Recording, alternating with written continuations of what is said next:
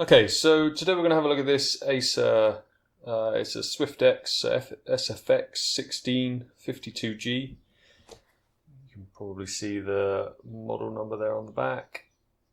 That's N21C3. So this is a 16-inch model with the discrete arc graphics.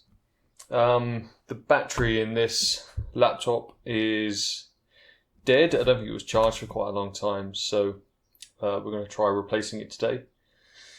To do that, you're going to need a T6 Torx screwdriver. You're going to need a small Phillips screwdriver, and you're also going to need some kind of prizing or levering tool to get the back of this chassis off.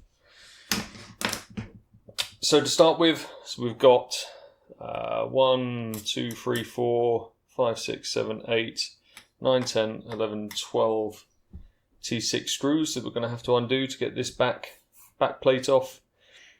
The 4 at the front along here are slightly angled forwards, so just bear that in mind when you're unscrewing them. Okay, so I'm going to start removing all of those.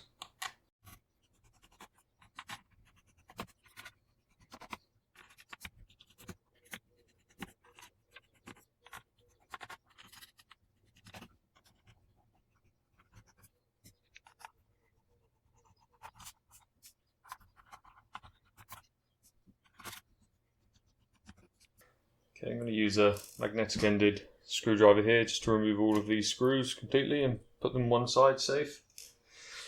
Now, all of these screws are the same length, so you don't need to worry too much about mixing them up.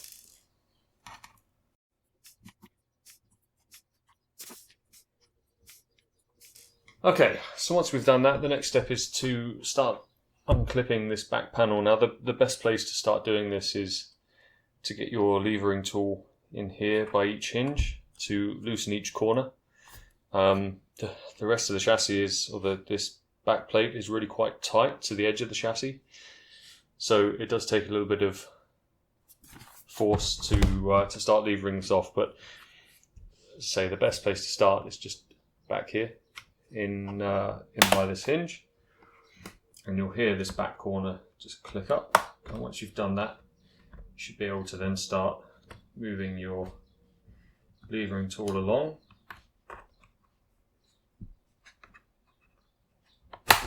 It's easiest to get the long edges first, if you can.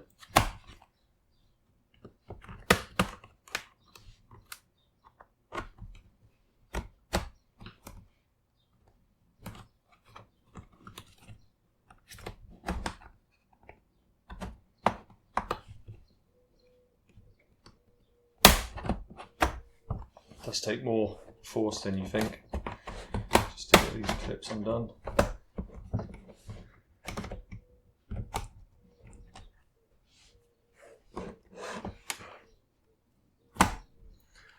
Okay, so once you've got this back edge undone, and start moving round to the side, you might find that you can use your fingers. Just be careful because the edge of this base plate is quite sharp, so just be careful of your fingers as you do this.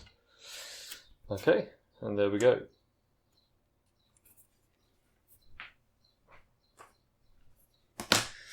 Right, so I put that to one side, and you can see in here, so this is the battery that we're going to be replacing, so it's an AP18C7M in this model.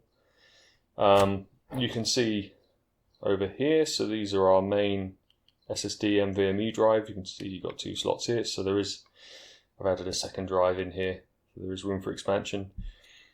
You can't upgrade the memory in these, that is soldered down, so there's no DIMM slots to be able to upgrade memory in these devices.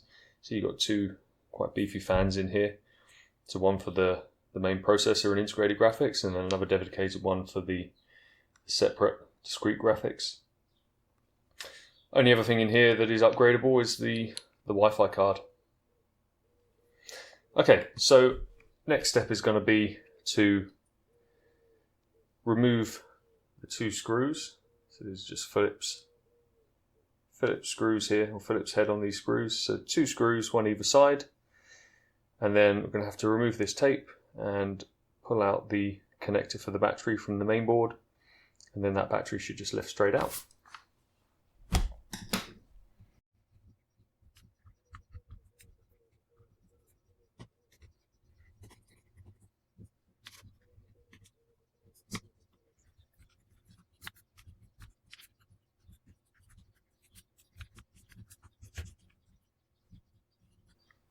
just two small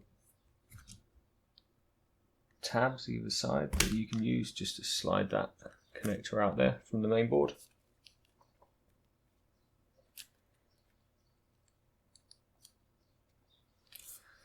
Okay, so let's put that to one side and get our replacement battery here. Okay, so here's our replacement battery, and we're just going to stick that back in the same way as the previous one came out. So back edge in first, those tabs in place, and get everything aligned on the left and right hand side here.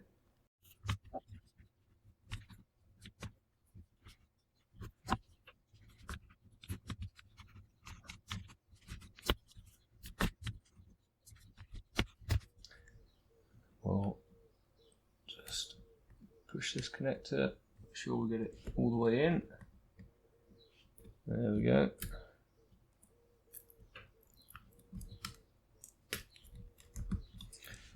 We'll tuck this cable down out of the way.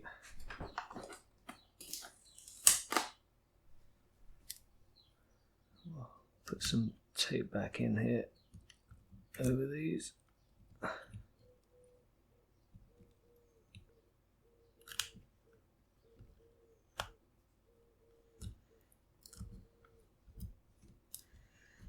Keep those down in place. Okay, and then we need to put our two screws back in either side of the battery. Took a little bit of maneuvering around just to get this battery in place. You've got to make sure that these bottom, so 1, 2, see here, 1, 2 and 3, make sure that those tabs are into their recesses down here, and then just jiggle about until we get these two tabs on the side here lined up, and then we can get our screws back in.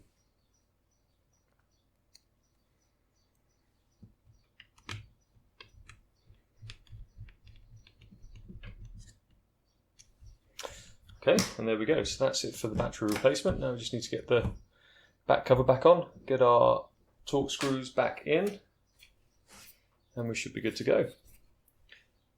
So again, just the reverse of what we did previously. Just line everything up on here and then start pushing down, and you should start hearing all of the tabs clicking back into place. So once everything has stopped clicking and clunking, you should be good to go, getting the screws back in.